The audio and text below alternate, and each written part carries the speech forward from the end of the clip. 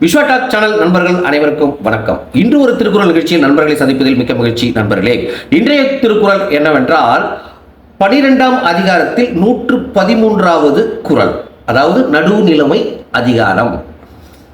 குறள் என்னவென்றால், நன்றே தரினும் நடுவிகந்தாம் ஆக்கத்தை அன்றே ஒழிய விடல். குறள் இன்னொரு முறை நண்பர்களே, நன்றே தரினும் நடுவிகந்தாம் ஆக்கத்தை அன்றே ஒழிய விடல்.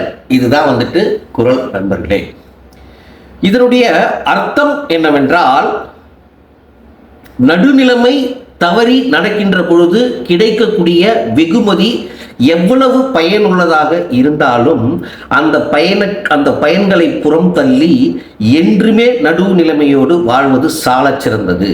என்னைக்குமே இவ்வளோ பெரிய நம்ம நடுவு நிலைமை தவறி நம்ம நடந்து அதனால் நம்மளுக்கு ஒரு மிகப்பெரிய பயன் கிடைக்கின்றது என்றாலும் அந்த நடுநிலைமையிலிருந்து தவறி நடக்கக்கூடாது. என்னைக்குமே நடுவு நிலைமையில் மட்டும்தான் நாம் நடக்க வேண்டும் அப்படின்னு வள்ளுவர் கூறுகின்றார் நண்பர்களே.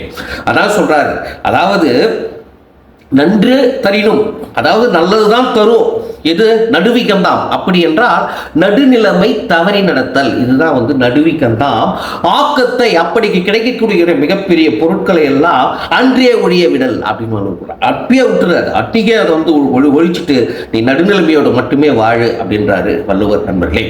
அதனாலதான் இது மேக்சிமம் நம்மளுடைய கோர்ட்லலாம் இது இம்பார்ட்டண்ட்டாக இருக்கணும். ஏன்னு கேட்டால் இந்த குறள் 10 குறளும் இந்த நடுவு நிலைமை எல்லா கோர்ட்லேயும் இருக்கணும். நம்ம இருக்கும்னு நினைக்கிறேன். ஏன்னா நீதியரசர்கள் அந்த மாதிரி வைக்காத இருக்க மாட்டாங்க. பட் நம்ம கூட அப்சர்வ் பண்ணணும்.